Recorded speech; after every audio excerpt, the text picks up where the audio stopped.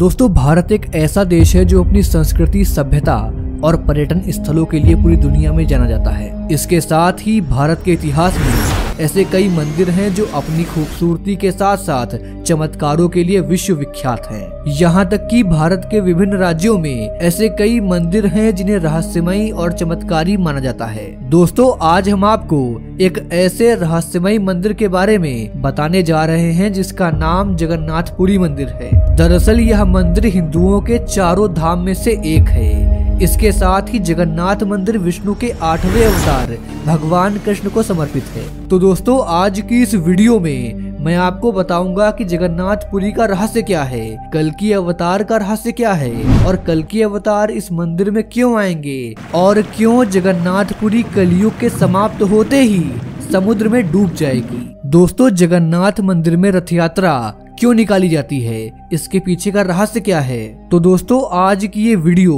बेहद ही महत्वपूर्ण होने वाली है, इसलिए इस वीडियो को एक बार अंत तक जरूर देखिएगा। और इस वीडियो में दी गई जानकारी से आप कितना संतुष्ट हैं, आपको क्या लगता है जगन्नाथपुरी मंदिर के बारे में, कृपया करके कमेंट बॉक्स में जरूर बताइए। और ऐसे ही इंफॉर्मेटिव और जानकारी से भरे रहस्यमयी वीडियोस को देखने के लिए नीचे दिया गया रेड कलर का सब्सक्राइब बटन जरूर दबाइए और इस चैनल को सब्सक्राइब जरूर करिए। तो दोस्तों, मैं हूँ प्रतीक और चलिए शुरू से शुरू करते हैं। दोस्तों, श्री जगन्नाथ मंदिर उड़ीसा के पुरी में स्थित एक हिंदू मंदिर है। यह मंदिर भगवान जगन्नाथ अर्थात श्री कृष्ण को समर्पित है। जगन्नाथ का शाब्दिक अर्थ होता है जगत के स्वामी, जिसके कारण इसे पुरी जगन्नाथ, बैकुंठ धाम और जगन्नाथपुरी आदि नामों से पुकारते हैं। पुरी को भगवान विष्णु और उनके परिवार के घर के रूप में जाना जाता है। मित्रों, इसके साथ ही पुरी अपने प्राकृतिक सौंदर्य के साथ साथ बेहतरीन स्थापत्य कला के लिए भी विख्यात है। इस मंदिर में भगवान जगन्नाथ, उनके भाई बालभद्र और उनकी बहन सुभद्रा की काठ की मूर्तियां हैं। श्री जगन्नाथ मंदिर में प्रतिवर्ष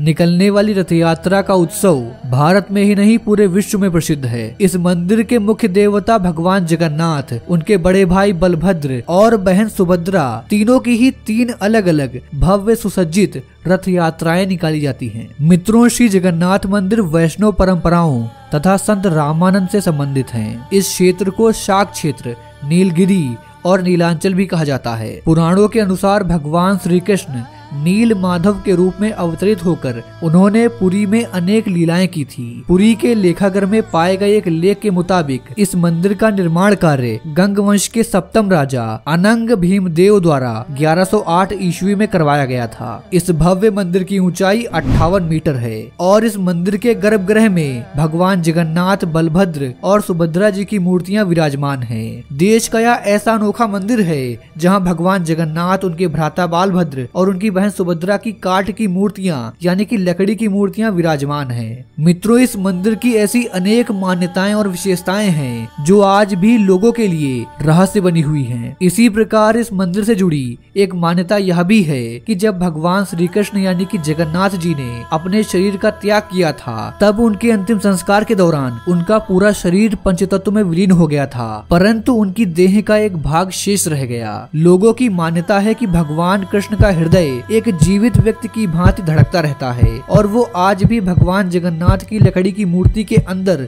सुरक्षित है। पुरी स्थित श्री जगन्नाथ की तीनों मूर्तियां प्रत्येक 12 वर्ष में एक बार बदलने की प्रथा है, अर्थात पुरानी मूर्तियों के स्थान पर नई मूर्तियां 12 वर्ष में एक बार बदल दी जाती हैं। हालांकि इस मंदिर में मूर्तियों को बदलने से जुड़ा एक बहुत ही दिलचस्प किस्सा है। मित्रों, जिस समय पुरानी प्रतिमाओं के स्थान पर नई प्रतिमाएं रखी जाती हैं, उस समय पूरे शहर में बिजली काट दी जाती है और मंदिर परिसर के आसपास पूरी तरह से अंधकार कर दिया जाता है। यहाँ तक कि मंदिर परिसर के बाहर की तरफ सीआरपीएफ के जवानों को तैनात कर दिया जाता है। उस समय मंदिर के अंदर सिर्फ उन्हीं पुजारियों को मंदिर में जाने की अनुमति होती है जिन्हें मूर्तियां बदलनी होती हैं। यहाँ तक कि मूर्तियों को बदलने वाले पुजारियों की आंखों पर पट्टी बांध दी जाती है और हाथों में दस्ताने पहनाए जाते हैं। यह प्रक्रिया पूरे होने के उपरांत ही प्रतिमाओं को बदलने का कार्य किया जाता है। मूर्तियों को बदलने के साथ ही एक ऐसी चीज है जो कभी नहीं बदलती और वो है ब्रह्म पदार्थ। मूर्तियों को बदलने के दौरान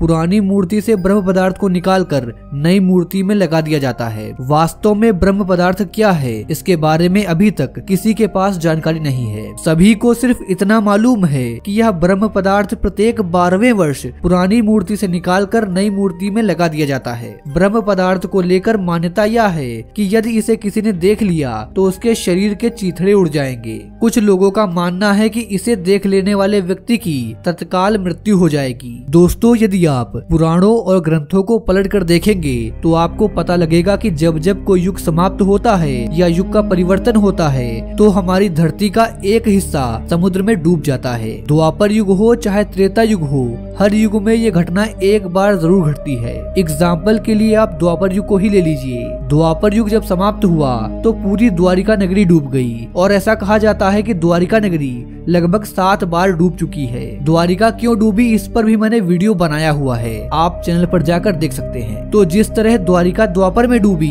उसी तरह जगन्नाथपुरी कलयुग में डूबेगी। ये मैं नहीं कह रहा हूँ, इसको लेकर बड़े बड़े भविष्यवक्ताओं ने भविष्यवाणियां की हुई हैं। भविष्य मालिका पुस्तक में भी ऐसा लिखा हुआ है। दोस्तों, आप सभी जानते हैं कि भगवान विष्णु के 9 अवतार हो चुके हैं और 10वां अवतार होना भी शेष है। कहा जाता है कि जब दुनिया का अंत समीप होगा और पूरी दुनिया में पाप बहुत ज्यादा बढ़ जाएगा, तब भगवान विष्णु कल्कि भगवान के रूप में सबके सामने प्रकट होंगे। ऐसा कहा जाता है कि जगन्नाथ भगवान की मूर्ति में वो ब्रह्म पदार्थ हो ना हो, भगवान कृष्ण का दिल ही है और वो आज भी धड़क रहा है। ऐसा मानना है कि जब तक इस धरती पर भगवान विष्णु का कोई अवतार आकर उस हृदय से ईश्वरीय शक्तियां ग्रहण नहीं करता, तब तक वो हृदय धड़कता रहेगा ताकि ये संसार सुचारू रूप से चलता रहे।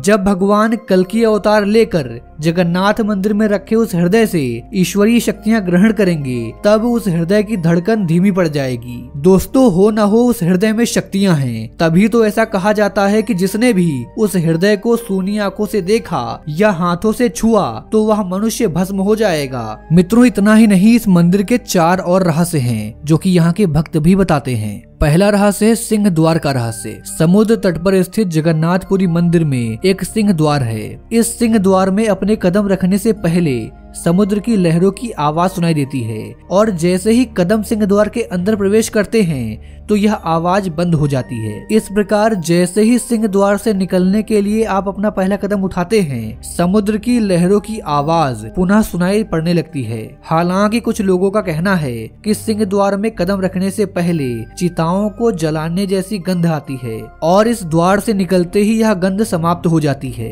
अगला रहस्य है मंदिर के ऊपर पक्षियों का न उड़ना। अक्सर मंदिरों, मस्जिदों या किसी बड़ी बिल्डिंग के ऊपर अनेक प्रकार के पक्षी मंडराते या फिर बैठे हुए नजर आते हैं, परंतु इस मंदिर के ऊपर या परिसर में कभी भी किसी ने कोई भी पक्षी उड़ते हुए नहीं देखा, जो वास्तव में एक रहस्यमय घटना है। यही कारण है कि इस मंदिर के ऊपर से कभी भी कोई भी हेलीकॉप्टर या एरोप्लेन नहीं उड़ता, उसको भी प्रतिबंधित किया हुआ है। मंदिर की परछाई और झंडे का रहस्य। पुरी जगन्नाथ मंदिर 4 लाख वर्ग किलोमीटर में फैला हुआ है और इसकी ऊंचाई लगभग 214 फीट है। अक्सर हमें किसी मनुष्य या इमारत की परछाई जमीन पर दिखाई पड़ती है, परंतु जगन्नाथ मंदिर की परछाई आज तक कभी भी किसी ने नहीं देखी। यदि हम मंदिर में लगे हुए ध्वज की बात करें तो इसे लेकर भी एक बड़ा रहस्य है। यह ध्वज सदैव हवा की विपरीत दिशा में लहराता है, यहाँ तक कि मंदिर के ध्वज को प्रतिदिन बदलने का नियम है। लोगों का मानना है कि यदि किसी दिन इस ध्वज को नहीं बदला गया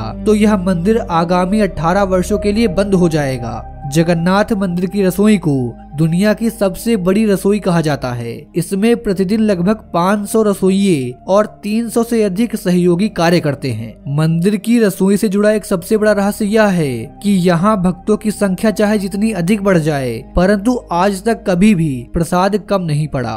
सबसे खास बात तो ये है कि जैसे ही मंदिर के बंद होने का समय आता है, प्रसाद अपने आप ही समाप्त हो जाता है। इस मंदिर में आज तक कभी भी किसी ने प्रसाद के बचने या फिर व्यर्थ फेंकने की बातें सामने नहीं आती। तो मित्रों, ये था आज का वीडियो। इस वीडियो के बारे में आपकी जो भी राय हो नीचे कमेंट में जरूर बताइए। मिलते हैं आपसे अगली वीडियो में एक नए टॉपिक के साथ। जय हिंद, जय भारत, वंदे मातरम।